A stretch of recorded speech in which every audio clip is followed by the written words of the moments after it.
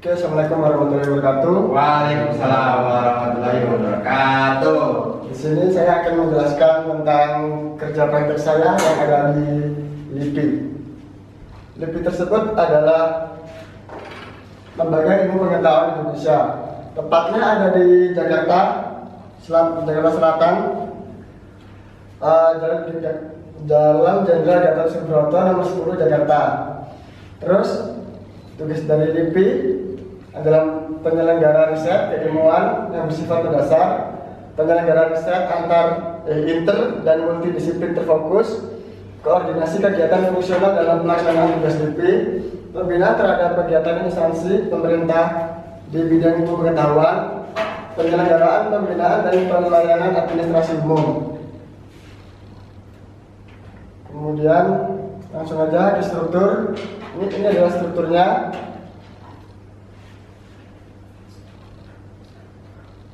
Terus waktu pengerjaan kerja praktek tersebut ada 30 hari.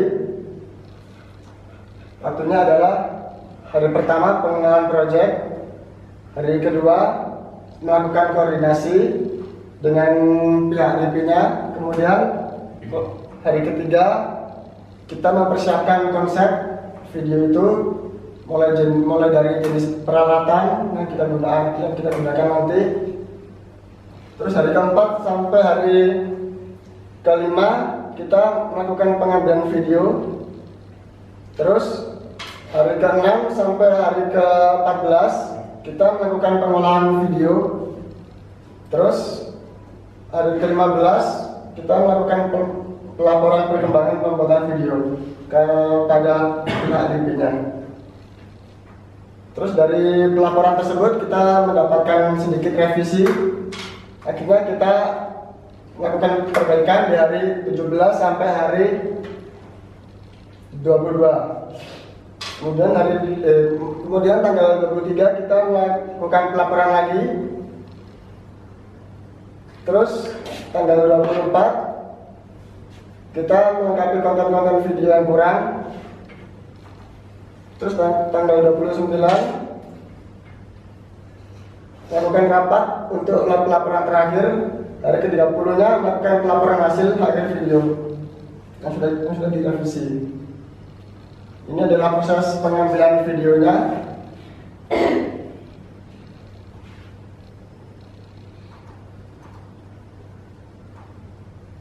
Terus ini proses pengerjaannya. Dalam penelitian buku, di sana kita mulai dari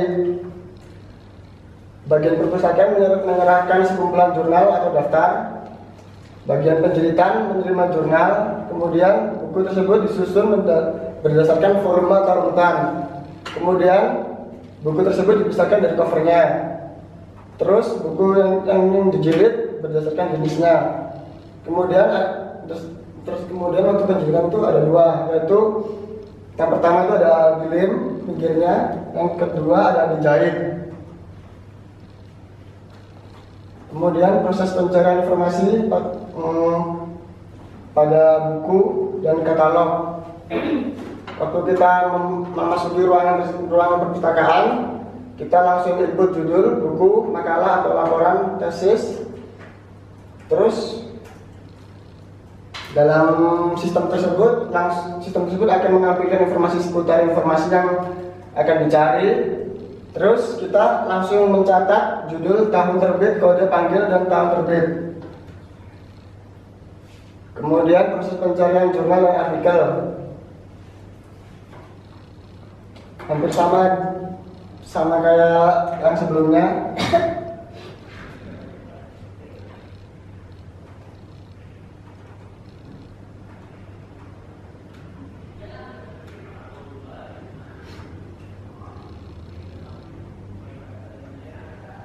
Langsung aja ke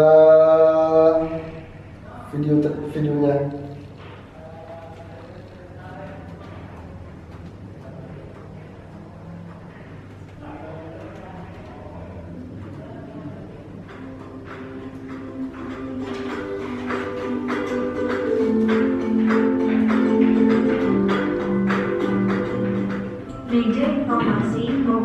salah satu pelayanan informasi di bawah Pusat Dokumentasi dan Informasi Ilmiah Lembaga Ilmu Pengetahuan Indonesia.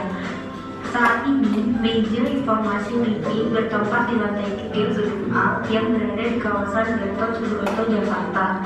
Ruang lingkup pelayanan meja informasi meliputi layanan referensi dan layanan rujukan, di mana layanan referensi merupakan layanan untuk menjawab pertanyaan pemustaka terkait pemanfaatan koleksi referensi perpustakaan atau sumber ilmiah lainnya. Sedangkan layanan rujukan merupakan layanan untuk menjawab pertanyaan pemustaka terkait jasa PDI LIPI dan jasa terkait kebutuhan penulis surat informasi.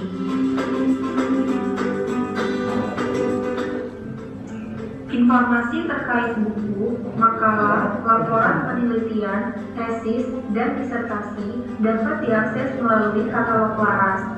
Untuk pencarian informasi pada katalog laras, informasi yang perlu Anda catat adalah judul, tahun terbit, kode panggil, dan lokasi.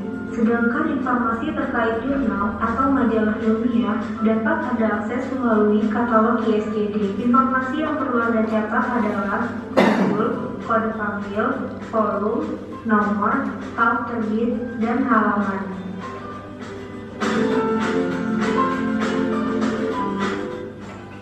Letak buku yang Anda cari dapat Anda temukan dengan menggunakan kode panggil, di mana kode panggil digunakan sebagai dasar penyusunan koleksi pada rak.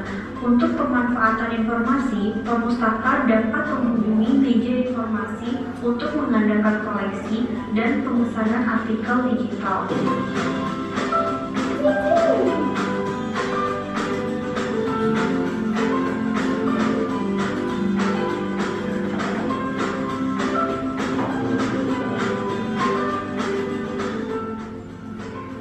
Informasi lebih lanjut, Anda dapat mengunjungi meja informasi PDI LIPI yang tertempat di Jalan Jenderal Gatot Subroto nomor 10 Jakarta, atau dapat melalui telepon di 02152507119, email meja.informasi@yahoo.com, atau redaksi.pdii@mail.lipi.go.id, BBM 7CA6DR7C, WhatsApp 085657832848. Layanan online ini tersedia secara 24 jam.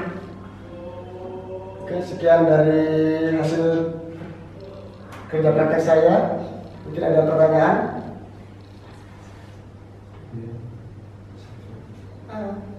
Apa namanya? Saya mau nanya. Perkenalan saya Fitra Tania. Saya mau nanya. Ini kan kalian kerja praktek kan? Terus hasil dari kerja prakteknya adalah sebuah video. Terus saya ingin nanya tujuan dari pembuatan video ini apa ya? Tujuan dari Oke, langsung aja dijawab. Tujuan dari video ini, di sini kita mengerjakan LIPI kan.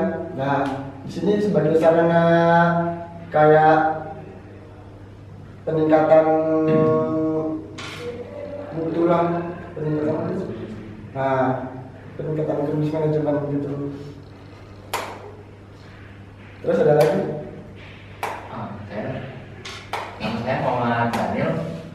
Saya mau bertanya tentang kendalanya sendiri itu kira-kira gimana ya? Biasanya kan namanya video itu kan nggak mungkin orang tinggal lihat aja, tapi kan pasti ada gitu kendalanya. Entah itu emang dari sananya kurang puas atau gimana, kira-kira ada nggak? Ada. Untuk kendalanya sendiri kan kerja prakteknya kan di Jakarta kan. Nah, kitanya tuh di Bandung. Nah, kita paling kesananya bolak-balik gitu aja. Oh, bolak-balik gitu. Agak capek gitu. Cuma jarak aja yang jadi masalah. Ada lagi? Oke, sekian presentasi dari saya. Assalamualaikum warahmatullahi wabarakatuh. Waalaikumsalam. Assalamualaikum warahmatullahi wabarakatuh. Waalaikumsalam warahmatullahi wabarakatuh. Selamat siang. Di sini saya akan menjelaskan tentang hasil dari kerja praktek saya selama 30 hari di Badan Pemeriksa Keuangan Republik Indonesia yang terletak di Jakarta Pusat, tepatnya di Jalan Gatot Subroto, Cafe Yogyakarta. Di BPK ini saya ditempatkan di divisi Biro IT, di mana yang bertugas untuk menunjang keberlangsungan segala hal yang berbau teknologi di BPK ini. Pada kerja praktek kemarin, saya mengangkat permasalahan tentang bagian tindak lanjut yang ada di BPK itu sendiri. Jadi sebenarnya tindak lanjut itu merupakan salah satu proses bisnis di dalam BPK. Jadi dari hasil pemeriksa keuangan yang terjadi di antara lembaga-lembaga yang dibawahi oleh BPK, hasilnya itu merupakan laporan hasil keuangan. Nah, dari laporan hasil keuangan itu hasilnya berupa rekomendasi. Jadi BPK ini memberikan rekomendasi kepada instansi-instansi yang dibawahi olehnya. Nah, dari hasil rekomendasi ini ada yang namanya laporan hasil tindak lanjut. Jadi apakah dari rekomendasi itu ditindaklanjuti oleh lembaga tersebut gitu. Namun proses bisnis itu masih berlangsung manual gitu. Jadi BPK memberikan hasil tindak lanjut, kemudian ditindaklanjuti oleh lembaga tersebut. Udah gitu aja, nggak ada yang mewadahi proses bisnis ini gitu, agar mudah dievaluasi kayak gitu. Makanya saya mengajukan analisis perancangan sistem informasi pada tindak lanjut. Nah, di sini saya membuat dalam dua versi, yang satu itu dengan database terdistribusi dan yang satunya dengan database terpusat. Nah, yang pertama ini database terdistribusi. Di sini menggunakan client server. Client itu bertanggung jawab bertanggung jawab antar muka dengan user, sementara servernya itu untuk mengeksekusi datanya. Nah, kemudian dalam pembuatan sistem informasi ini saya memilih untuk menggunakan topologi star pada database terdistribusi karena selain dia kan mempunyai kelebihan dapat memudah karena banyak entitas yang terdapat di dalam proses bisnis ini, makanya dengan menggunakan topologi star ini dapat memudahkan dan menunjang dari proses bisnis tersebut. Nah, di sini ada terdapat use case yang telah saya buat. Nah, di sini terdapat BPK dan BPK, lembaga dan divisi. Jadi BPK ini mendistribusikan tindak lanjut, kemudian diterima oleh lembaga tersebut, dan lembaga tersebut mendistribusikannya ke divisi. Nah, divisi inilah yang menindaklanjuti hasil tindak lanjut tersebut. Nah, kemudian dari divisi ini dikembalikan lagi ke lembaganya untuk dievaluasi. Kemudian dari lembaga itu dikembalikan lagi ke BPK untuk dievaluasi kembali. Nah, dari hasil evaluasi itu baru ditentukan apakah tindak lanjutnya itu diterima atau harus dilakukan penindaklanjutan lagi. Nah, ini activity diagramnya. BPK mendistribusikan laporan tindak lanjut, kemudian inspektorat menerima tindak lanjutnya, mendistribusikan ke divisi, kemudian divisi memproses tindak lanjut tersebut, tindak lanjut membuat laporannya dievaluasi oleh inspektorat, kemudian inspektorat melaporkannya ke BPK, terus BPK mengevaluasinya, terus BPK melakukan persetujuan atau penindaklanjutan terhadap tindak lanjut tersebut. Nih, ini rancangan secara sederhana dari topologi secara terdistribusi. Jadi dari BPK, kemudian dari server BPK ke server inspektorat, kemudian dari inspektorat itu diberikan kepada masing-masing divisi dari inspektorat itu. Jadi misalnya dari BPK mempunyai tindak lanjut, kemudian diserahkan ke misalnya Menteri Keuangan, Menteri Pendidikan, kemudian misalnya Bank Bank Indonesia gitu. Nah kemudian dari tiga itu mendistribusikan lagi ke divisinya masing-masing. Misalnya tindak lanjut ini cocoknya untuk divisi IT, tindak lanjut ini bagusnya ditindaklanjuti oleh bagian SDM kayak gitu.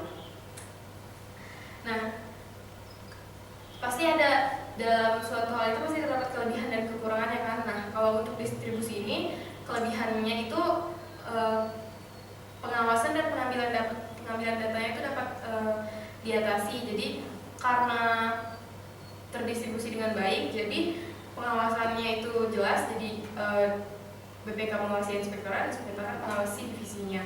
Kemudian kalau misalnya terjadi kerusakan server lokal, dia tidak mengganggu kinerja dari yang lain gitu. Misalnya server dari Menteri Keuangan ini terganggu, nah kinerja dari server-server lembaga lain itu nggak akan terganggu kinerjanya kayak gitu. Terus otonomi lokal sesuai dengan organisasi. Nah, setiap organisasi ini kan punya kebijakan masing-masing. Gak bisa disamain antara satu lembaga dengan lembaga lain ini sama. Misalnya kalau misalnya suatu lembaga dia cuma punya divisinya tuh cuma 3, yang sisa yang lainnya bisa lebih banyak dari itu kayak gitu. Kemudian beban kerjanya juga secara paralel, jadi tidak terbeban pada satu titik kayak gitu. Kemudian kelebihan dari topologinya itu kita menggunakan topologi star. Nah, kelebihan dari topologi star ini diimplementasikan pada sistem. Jadi kelebihannya itu pertama fleksibel, kemudian kontrolnya terpusat. Kontrolnya itu melalui satu titik server itu. Kemudian itu tadi kalau ada masalah dan masalah di satu koneksi tidak berdampak buruk ke yang lainnya. Kemudian keamanan dapat terjaga dari entitas tersebut gitu. Karena kalau misalnya ada aliran data harus melewati pusatnya itu kan, jadi keamanannya lebih terjaga. Nah, cuman kekurangannya itu biayanya itu lebih besar kalau dalam distribusi ini. Terus kalau misalnya harus update semuanya kayak gitu. Kemudian keamanan datanya itu harus dijaga karena dia mendistribusikan data tersebut kan, jadi yang dijaga itu banyak gitu. Kalau jadi antara lembaga ya ini harus dijaga keamanan itu masing-masing itu harus dijaga kayak gitu. Nah, desain dan kompleksitasnya juga menjadi masalah karena harus dibuat agar menunjang dari database tersebut. Nah, kemudian kalau kekurangan dari topologinya itu dia itu bergantung pada satu titik. Jadi ya kalau misalnya rusak semuanya gitu. Terus karena dari satu titik ke satu titik lain itu di sini kita mengajukannya dengan fiber optik. Jadi biaya yang digunakan juga cukup mahal gitu. Nah, selanjutnya ini adalah database terpusat.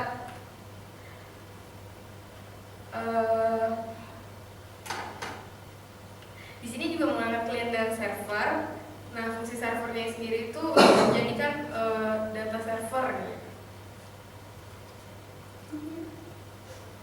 Nah, di sini topologinya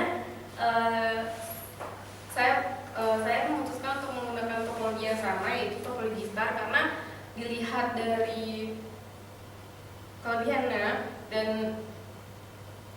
desainnya, topologi star ini emang mendukung dari sistem proses bisnis dari BPK itu sendiri gitu. Jadi kan karena dia itu memiliki dia tidak hanya bekerja sendiri BPK itu, karena ada di lembaga-lembaga di bawahnya, maka konsep dari topologi star ini saya terapkan juga di database terpusat ini.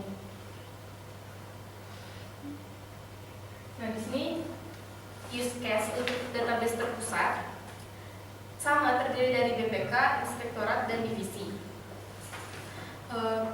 Dia juga mempunyai kebijakan-kebijakan sama yang seperti sebelumnya, yaitu mendistribusikan laporan tindak lanjut itu. Cuman di sini sistemnya BPK mengupload ini lebih jelasnya di activity diagram. Nah, si BPK ini mengupload tindak lanjutnya. Nah, dari masing-masing divisi ini, kemudian divisi dan inspektorat itu bisa mengakses ke server tersebut. Jadi mereka sistemnya mendownload. Jadi misalnya ini tindak lanjut khusus untuk Kementerian Keuangan. Nah, dia mendownload file tindak lanjut tersebut, kemudian baru disebarkan ke divisinya. Nah, kemudian mereka mengupload kembali, nanti baru oleh BPK dicek kembali kayak gitu. Jadi lebih di satu titik kayak gitu. Nah, kelebihannya itu ya mudah diatur karena kontrolnya tuh terpusat di BPK itu sendiri gitu. Kemudian integritas datanya tuh gampang karena cuman dia database-nya cuma satu, tidak mungkin ada duplikasi kayak gitu. Kemudian keamanannya juga karena yang dijaga itu ya cuma satu keamanan itu di BPK itu tersendiri. Cuman kekurangannya kalau database di BPK itu macet ya otomatis yang di bawahnya nggak bisa melakukan proses kan. Jadi misalnya BPK rusak ya semua laporan tindak lanjut yang nggak bisa diakses gitu. Kemudian reliability sama availability-nya juga kurang. Kemudian ya kayak gitu. Nah kemudian dari hasil pengajuan dua sistem tersebut, dua database tersebut, saya sendiri menyarankan untuk BPK itu lebih menggunakan database terdistribusi karena di sini BPK itu di bawah BPK ada lembaga lagi. Nah, di bawah lembaga itu ada divisinya. Jadi kemudian lembaga tersebut juga banyak. Jadi kalau misalnya cuma terpusat di BPK pasti sangat berat sekali beban kerjanya. Makanya seandainya BPK punya server dan inspektorat lembaga itu punya server sendiri, kinerjanya jadi lebih gampang kan. Kemudian selain itu kalau misalnya satunya rusak, misalnya inspektorat lembaga keuangannya Menteri Keuangan rusak, nah di inspektorat yang lain tidak terganggu, jadi tidak akan mengganggu kinerja lembaga-lembaga yang lain kayak gitu.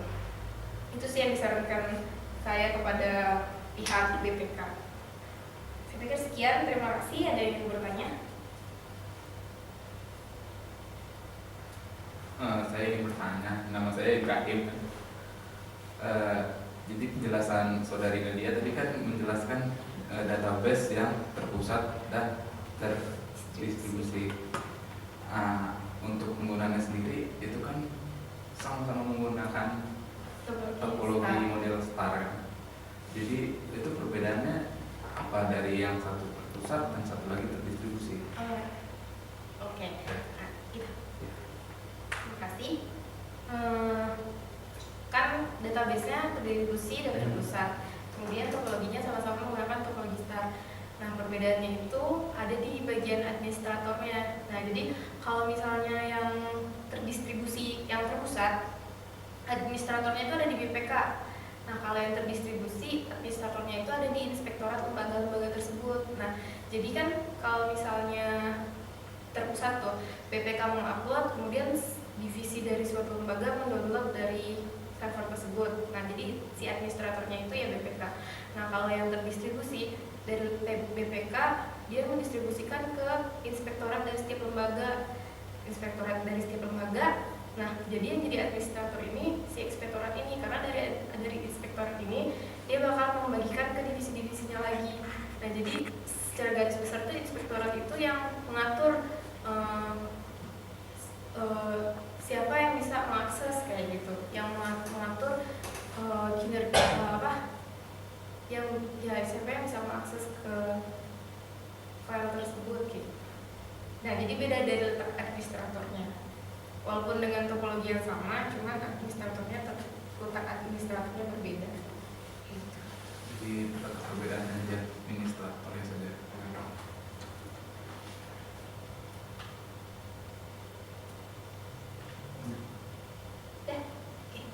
Sekian, terima kasih atas perhatiannya. Assalamualaikum warahmatullahi wabarakatuh. Oke, assalamualaikum warahmatullahi wabarakatuh. Waalaikumsalam warahmatullahi wabarakatuh. Perkenalkan, nama saya Reza Arditya Putra dari SI 305. Saya akan mempresentasikan tentang apa yang saya lakukan waktu kerja praktek kemarin di PDI LIPI.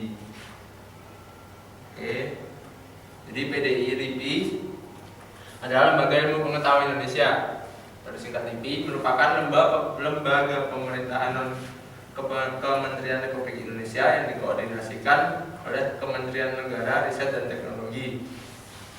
Terus fungsi LIPI sendiri ada pengkajian dan penyusunan kebijakan di bidang penelitian ilmu pengetahuan. Yang kedua, penyelenggaraan riset keilmuan yang bersifat mendasar. Tiga, penyelenggaraan riset inter dan multidisiplin yang terfokus. Terus pemantauan, evaluasi kemajuan, dan penelaahan kecenderungan ilmu pengetahuan dan teknologi informasi. Kemudian koordinasi kegiatan fungsional dalam pelaksanaan tugas LIPI. Kemudian pembinaan terhadap kegiatan instansi pemerintah di bidang ilmu pengetahuan dan penyelenggaraan pembinaan dan pelayanan administrasi umum. Oke. Ini struktur organisasi dari LIPI-nya sendiri. Jadi ada kepala pusat, kemudian bagian tata usaha, dia ada sebagian kepegawaian, keuangan, dan sebagian umum. Kemudian ada dokumentasi, diseminasi, kelompok jabatan fungsional, bidang sarana akses informasi, sebidang pangkalan data dan teknologi informasi, dan sebidang ahli media dan reservasi. Kemudian kebetulan kerja praktek kami ada di bidang diseminasi ini dan bidang sarana akses informasi. Nah, jadi ini ada bagian penjelitan. Bagian penjelitan ini ada di bawah bagian diseminasi tadi. Nah, jadi bagian penjelitan ini tugasnya melakukan penjelitan terhadap buku-buku. Nah, ini ada diagram alirnya. Jadi bagian perpustakaan yang pertama menyerahkan sekumpulan jurnal dan daftar yang kemudian nantinya akan dijilid oleh bagian ini. Kemudian bagian penjelitan menerima jurnal. Terus buku disusun berdasarkan volume atau urutan. Kemudian buku dipisahkan dari cover. Buku dijilid berdasarkan jenisnya, ada dua, yaitu lem dan atau jahit. Kalau jahit dia nanti dijahit, kalau lem dia buku di lem. Itu. Kemudian yang kedua ada meja informasi. Meja informasi yang tadi ada di bawah divisi informasi. Nah, di situ ada dua juga, ada dua bagian dari meja informasi. Ada yang di perpustakaan yang untuk buku, makalah, dan laporan teknis, sama di perpustakaan jurnal. Nah, alurnya hampir sama, bahkan sama, bedanya cuma kalau yang di buku makalah atau laporan dia inputnya judul buku, makalah atau laporan. Kalau di jurnal nanti inputnya judul jurnal gitu aja. Kemudian proses kedua adalah menampilkan informasi seputar informasi yang dicari. Terus yang ketiga, perpustakaan mencatat judul, tahun terbit, kode panggil, dan tahun terbit. Itu aja prosesnya. Nah, tugas kami di LIPI sendiri, kita membuat video. Jadi video itu sebagai solusi dari masalah mereka sendiri, yaitu tentang knowledge management. Nah, knowledge management. Jadi di sana ada masalah tentang bagaimana cara mereka menurunkan ilmu kepada karyawan barunya. Jadi karyawan barunya di situ masih muda-muda dan kadang mereka juga belum mengerti karena mereka baru masuk gitu. Jadi bagaimana cara mereka untuk menurunkan ilmu dari karyawan yang lama ke karyawan baru itu di knowledge management itu sendiri dan diserahkan kepada kita. Nah, kebetulan kita sendiri untuk mengatasinya kita buat video untuk merekam bagaimana aktivitas karyawan yang lama itu dalam menjalankan tugasnya, sehingga nanti bisa dipelajari oleh karyawan baru. Itu. Ini aktivitas kita waktu merekam bapak-bapaknya yang lagi beraktivitas, dia sendiri lagi menjilid buku ini. Nah, jadi direkam detailnya. Kemudian ini proses perekamannya, jadi kita pindah-pindah gitu, pindah-pindah ruangan, pindah-pindah. Jadi prosesnya juga nggak di satu ruangan aja. Nah ini proses editing dan pembuatan videonya. Oke, ini timeline kami. Timeline kami sebenarnya cukup makan waktu juga, karena kita pengolahan video sendiri kita butuh sekitar 9 hari. Itu kita bolak-balik dari Jakarta Bandung. Nah kita awal-awal jadi kita take dulu, kita mempersiapkan konsep dulu, terus ngambil video, terus kita di pengolahan itu 9 hari, terus setiap minggu kita ada laporan ke sananya, ke pihak PP-nya.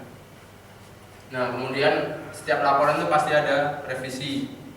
Nah revisi pertama kita 6 hari kita revisi, kemudian seminggu. Jadi setelah laporan pertama kita revisi, terus minggu depannya kita itu lagi laporan lagi. Terus setelah laporan itu ada revisi lagi, yaitu melengkapi konten. Nah dan itu sudah revisi yang terakhir. Kemudian melakukan rapat untuk laporan terakhir. Yang terakhir melaporkan hasil akhir kepada staf divisi. Jadi kita ngumpulin videonya ke sana gitu.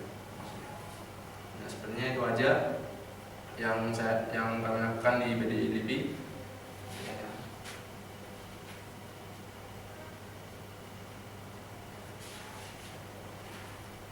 Dalam proses pembuatan video, ada nggak kira-kira kesulitan dalam pengerjaan video? Kesulitannya sendiri, kita dari pihak sananya itu seperti kurang koordinasi gitu. Jadi kita sulit minta izinnya di sana. Saya ngalamin sendiri, kita waktu harusnya ada 3 divisi, kita harusnya tag di 3 divisi diseminasi informasi, sama satunya saya lupa namanya. Nah satu itu kita nggak dapat izin, jadi kita nggak boleh tag di sana. Nah itu aja sih. Paling masalah selanjutnya gara-gara kita harus bolak-balik Jakarta Bandung buat revisi, buat tag lagi, ambil lagi, revisi lagi.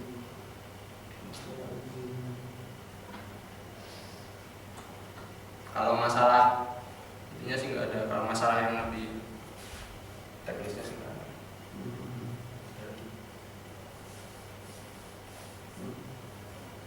Ya. Saya Daniel. Nah dari jadi videonya sendiri itu akhirnya tujuan dan manfaatnya itu akhirnya seperti apa sih dibandingkan kalau misalkan tanpa non video gitu? Jadi seperti apa sih untuk buat video sendiri akhirnya? Tujuan video tadi sudah saya jelaskan tentang knowledge management ya. Jadi tujuan dari videonya yang bagian penjeritan kan ada 2 tadi. Jadi yang bagian penjeritan itu ada knowledge management. Knowledge management itu dia penurunan informasi dari atas, yang tua ke yang muda, yang lama ke yang baru, yang udah dapat informasi ke yang belum. Ya dengan video ini mereka bisa menurunkan informasi tersebut ke yang karyawan baru dengan mudah gitu. Kita tinggal upload videonya ke YouTube, ntar karyawan yang baru tinggal akses YouTube-nya dan mereka bisa belajar sendiri gitu. Daripada kalau misalnya kita adakan training itu pasti makan waktu, makan biaya, dan mungkin mereka nggak ngerti juga gitu, karena kadang-kadang waktu training dia nggak merhatikan, terus gimana gitu kan, nggak ngerti kan akhirnya. Terus akhirnya kalau video gini mereka kalau misalnya nggak ngerti kan bisa diulang lagi gitu. Terus ada satu lagi yang tentang media informasi tadi, itu sebenarnya ditujukan untuk pengunjung dari media informasi. Nah itu untuk biar mereka tahu proses-proses untuk peminjaman bukunya sendiri di dalam perpustakaan di BDI itu seperti apa.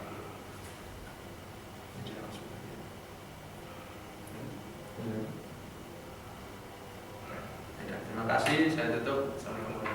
Waalaikumsalam. Assalamualaikum warahmatullahi wabarakatuh. Waalaikumsalam warahmatullahi wabarakatuh. Pada kesempatan kali ini saya akan menjelaskan presentasi saya untuk waktu selama 40 hari kemarin di kerja praktek. Saya kerja praktek di XL Jakarta di kawasan Mega Kuningan. Saya diletakkan di bagian IT Service Operation pada departemen IT Service Operation and Monitoring, atau bisa disebut juga DCNB, Data Center Non Billing. Jadi mengurus permasalahan data-data yang tidak bersangkut dengan uang, non billing.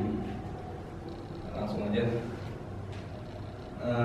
Ya seperti syarat biasa tujuan kerja praktek ya, untuk memenuhi mata kuliah, terus sehingga kita nih yang kerja di situ dapat menerapkan ilmu kita sesuai dengan ilmu soft skill dan hard skillnya. Terus untuk penugasan yang diberikan itu ya saya mencari menganalisa job yang fail dan ataupun kill pada ab initio control center, karena di kantor XL itu dia menggunakan ab initio control center untuk permasalahan bisnis intelligence-nya.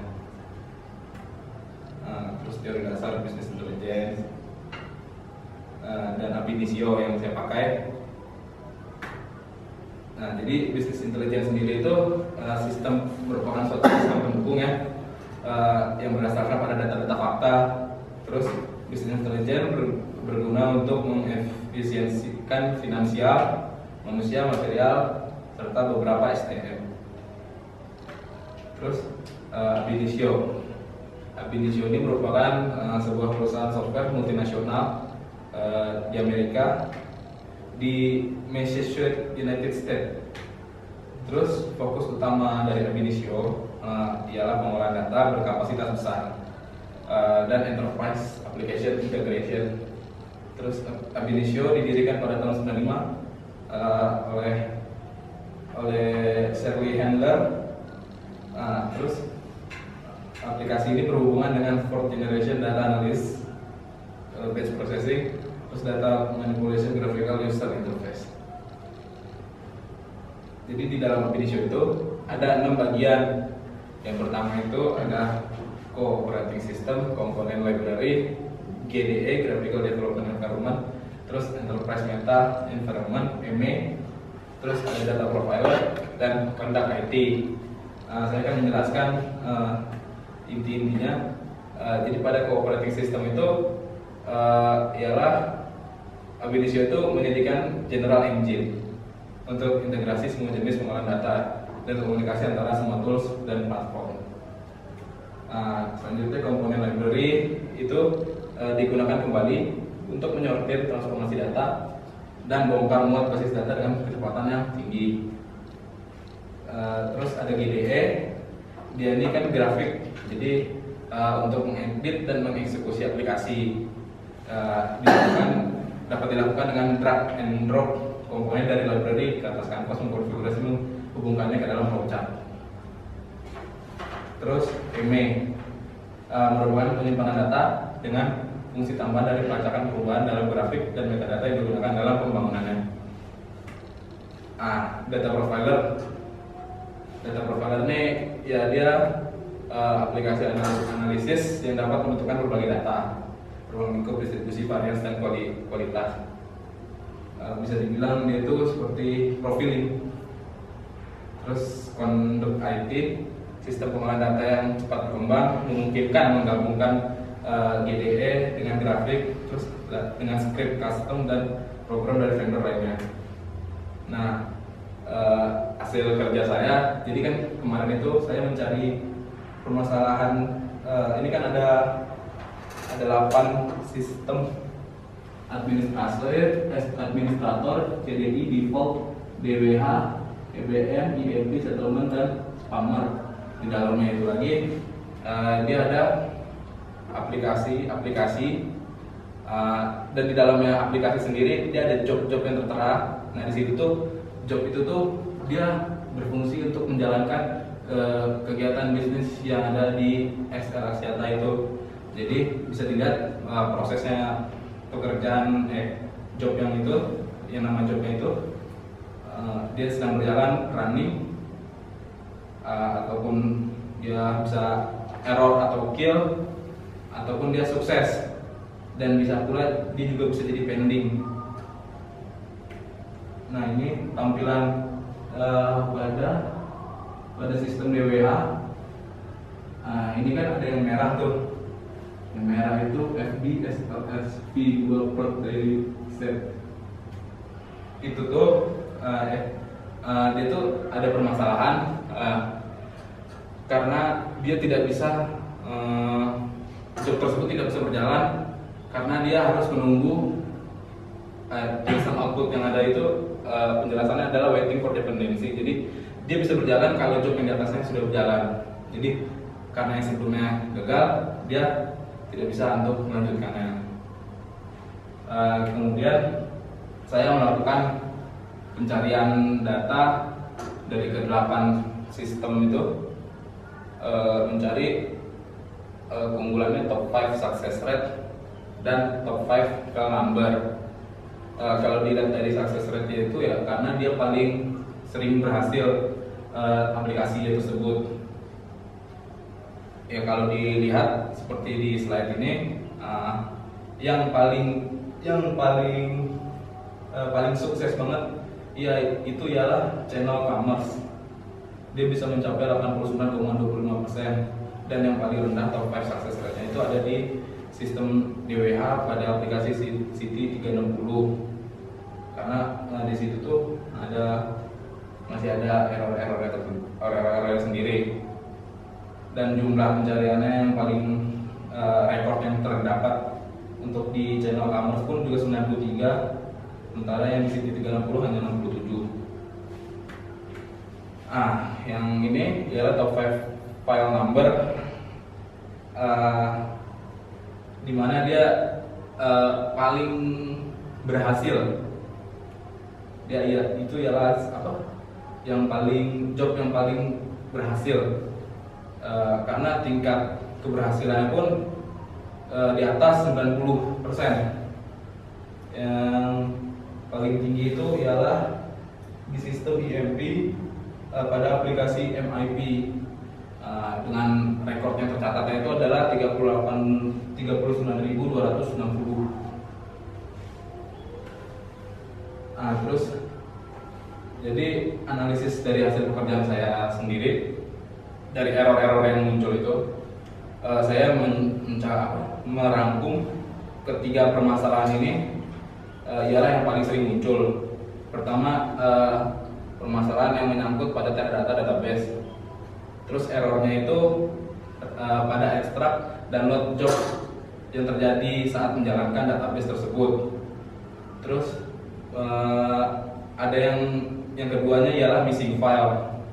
Jadi file tersebut tidak berada di jobs sebagaimana mestinya, sehingga itu tuh missing, sehingga menyebabkan job tersebut statusnya error. Terus yang untuk yang ketiga yang saya jelaskan tadi, waiting for dependency. Jadi job tersebut bisa berjalan apabila job yang sebelumnya berhasil. Untuk kesimpulannya, jadi divisi IT Service Operation di XL ini bagian dari data center non-billing, disingkat DCNB. Terus Service Operation ini bekerja pada deployment dan support level 2. Deployment yang dimaksud seperti deploy hasil development ke production sehingga terdapat produk atau service baru. Terus support ke level 2 di sini menangani masalah yang tidak terselesaikan oleh bagian monitoring. Jadi dari monitoring dioper ke bagian service operation. Terus kesimpulannya selanjutnya, jadi software ab initio itu seperti yang saya jelaskan tadi pada teori dasar, itu tuh aplikasi untuk mengumpulkan, menyimpan, menganalisa dan menyediakan akses pada data agar dapat membantu penggunanya, pengguna ab initio tersendiri. Dan rata-rata perusahaan-perusahaan besar sudah memakai tersebut. Untuk ab initio itu sendiri, untuk Asia ini adanya kantornya itu ab initio di Singapura. Mungkin saran dari saya selama pelaksanaan kerja praktek kemarin untuk permasalahan error pada jobs tersebut, kalau yang permasalahan yang seperti di analisis saya tadi ada 3 itu, mungkin itu bisa diminimalisir dengan ketelitian para pegawainya. Jadi seumpama yang kayak tadi missing file itu kan kalau dia secara manual dia bisa salah masuk. Mungkin kalau otomatis bisa diatur sehingga error tersebut tidak terjadi. Terus dan saya pun merasakan bagian-bagian dari bagian departemen IT Service Operation Monitoring sebaiknya itu lebih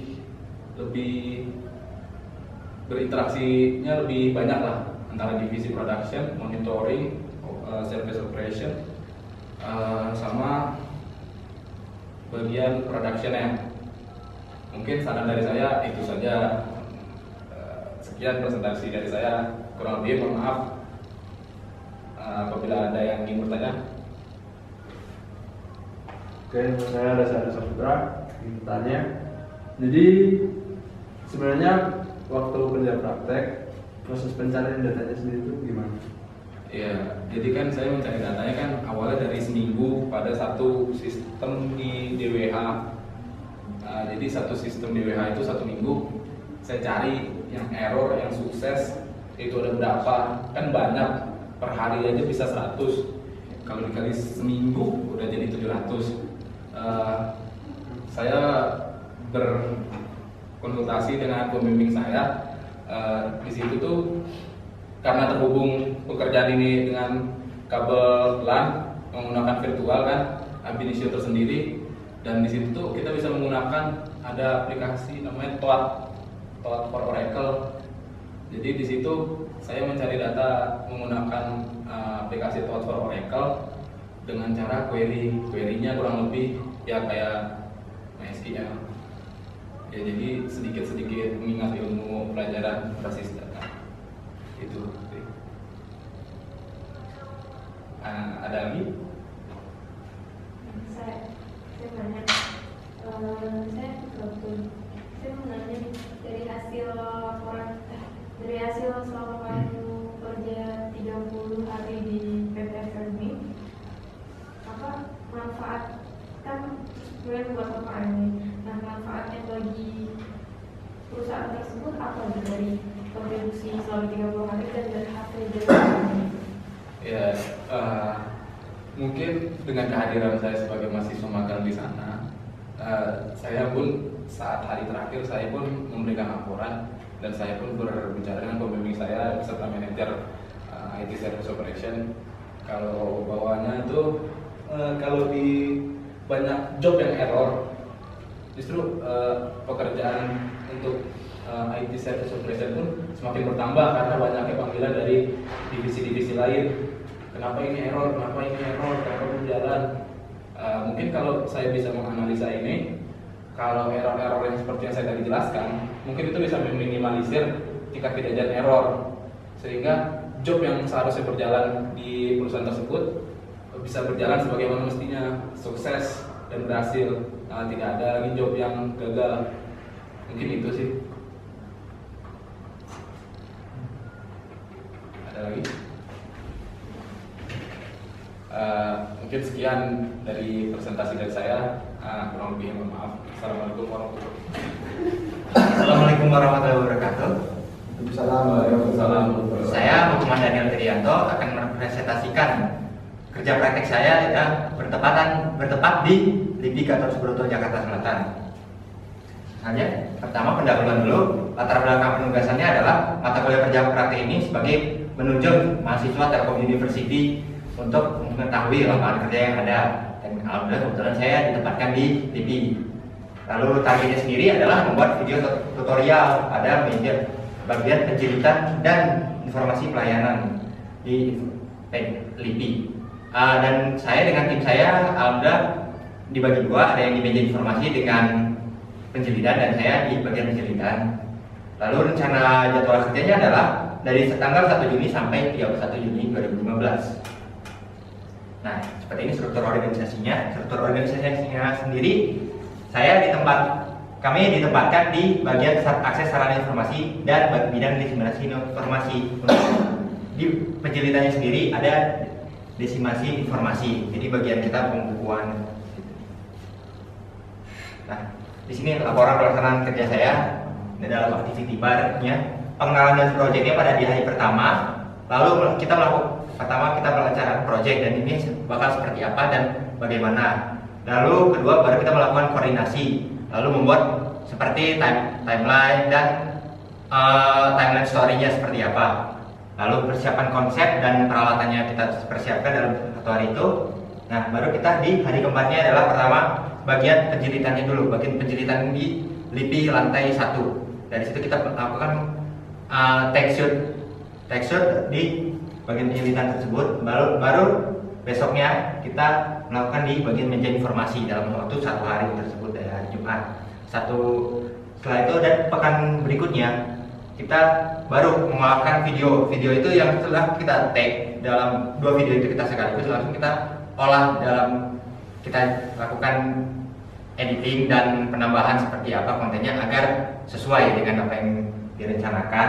Dan tiap pekannya sendiri kita selalu ada laporan perkembangannya ke LIPI-nya. Jadi kita ada koordinasi seperti apa dan bagaimana supaya kita pun kerjanya pun bisa lebih maksimal gitu hasilnya. Tiap pekan kita lakukan dan setelah itu ada juga kita aktivitasnya adalah evaluasi dan penambahan konten. Mungkin kita sudah diberikan SOP juga, SOP dari LIPI. Nah, di situ kita jabarkan apakah sudah sesuai atau belum, dan yang tag-nya sendiri kita bisa sesuaikan gitu di bagian mana dan seperti apa agar apa yang kita harapkan juga bisa sesuai dengan yang LIPI inginkan dan sesuai SOP-nya. Dan sampai di akhir kita laporan hasil akhir video. Laporan hasil video ini sendiri kita telah serahkan ke LIPI pusat yang nantinya mereka akan mengunggah sendiri ke YouTube, yaitu LIPI channel. Oke. Nah, penjelitannya itu flowchart-nya sendiri seperti ini. Saya akan jelaskan cara literaturnya karena videonya sendiri sudah ada di YouTube. Pertama dari start, lalu bagian perpustakaan. Nah, perpustakaan sendiri akan menerima suatu jurnal. Jurnal ini kan pasti belum di secara hardcover ya, masih secara softcover yang bisa beresiko rusak. Baru nanti di bagian setelah dikirimkan disusun volume berdasarkan urutan. Biasanya itu ada kalau kita buku ISBN, nah ini ISSN. Lalu dipisahkan. Nah, dari caranya sendiri sudah kita tumpuk dan baru kita buku mana yang kita pisahkan covernya, lalu kita buat dijilid dan dilem seperti itu. Dan ada di situ semuanya tutorial itu akhirnya yang semua dirangkum dalam satu video. Jadi yang semua literatur seperti ini dibuat dalam satu video agar lebih menarik dan juga lebih interaktif. Jadi peserta misalkan nanti buat pegawainya baru, jadi cukup melihat karena takutnya para yang pegawai tua itu sudah terlanjur pensiun. Jadi kalau ada video, jadi sudah ada warisannya gitu. Selain hanya buku. Kalau buku kan hanya tinggal baca, tapi kalau misalkan ada videonya, jadi setidaknya bisa lebih interaktif dan terlihat lebih bisa menerima. Nah, dari kesimpulannya sendiri, tujuan videonya sendiri sebagai untuk media pembelajaran. Pembelajarannya jadi seperti yang tadi saya katakan, kalau misalkan hanya buku itu terlalu kurang. Jadi kita bisa cara prakteknya secara langsung supaya meminimalisir juga kesalahan dan pemahaman apa yang dilakukan oleh pegawai barunya nantinya. Dan untuk sarannya sendiri pada bagian penjilitan sebaiknya prosedurnya itu jelas dan apa alat-alat yang digunakannya jelas. Mungkin karena beberapa alat-alatnya itu sendiri bahasanya itu agak asing, jadinya memang bukan alat dari Indonesia sendiri, memang alat impor, jadinya agak sulit juga dicerna oleh orang-orang awam. Dan oleh karena itu juga kita bagian video telah menjelaskannya secara keseluruhan. Oke. Nah, terima kasih atas perhatiannya. Untuk ada pertanyaan, persilakan. Kan ini kan buat video kan. Nah, kira-kira tools apa aja yang digunakan dalam pembuatan video? Tools yang kami gunakan saat itu adalah Adobe After Effects dan Movie Maker. Jadi kita bagian editingnya dan penambahan efek, beberapa efek. Soalnya kan kayak ada suara dubbing atau apa, itu kita gunakan di After Effects seperti itu. After Effects dan Movie Maker-nya.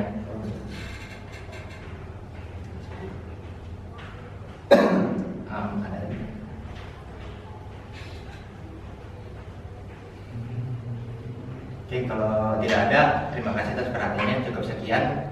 Terima kasih. Wassalamualaikum warahmatullahi wabarakatuh. Waalaikumsalam warahmatullahi wabarakatuh.